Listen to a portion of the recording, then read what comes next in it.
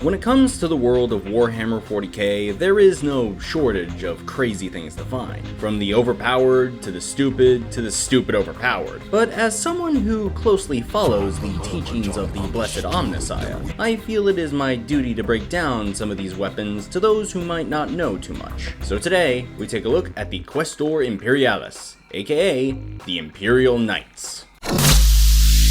As we always do, we begin with the history. The worlds that would eventually become the homes of these knight houses were actually colonized and inhabited long before the Imperium of Man ever existed in the 30th millennium. These worlds often had xeno life forms on them that needed to be removed so that humanity could move in, along with a lot of terraforming. As such, each of these colony ships was equipped with a standard template construct, which created gigantic bipedal war machines that eventually would become the knights we now all know and love today.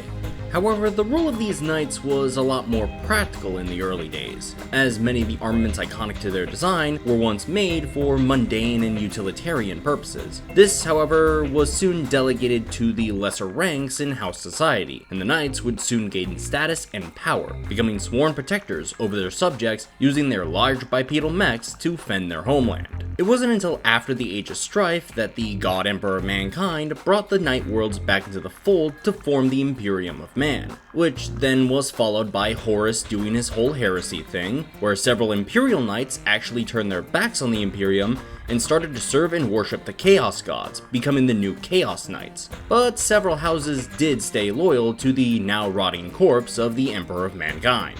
And the rest is well and truly history. The Imperial Knights would become the stuff of legends, with tales of chivalry and honor woven across the entirety of human space. But don't let the legends fool you. These mechs are very interesting mechanically, even without the heroic tales to back them up. Firstly, the armor of these hulking war machines was made out of handcrafted adamantium. No, not that one. A durable metal that allowed the knights to take a pounding. Many different styles and shapes of these armor plates existed, and each one is different depending on the skills and styles of the artisans crafting them. This can also be determined by the size of the mech, with 3 different types, known as patterns. Argrimer pattern knights were the smallest, Dominus pattern knights were the largest, and Questor's pattern knights were not only the medium option, but also the most commonly seen type. In addition to this, there were several sub-patterns of them that they could fall into. Do you want to rush into battle with a chainsword? Then maybe a lightweight Argrimer using the Gallant pattern is more your speed. What if you want enough armor and firepower to rival the 5th Fleet?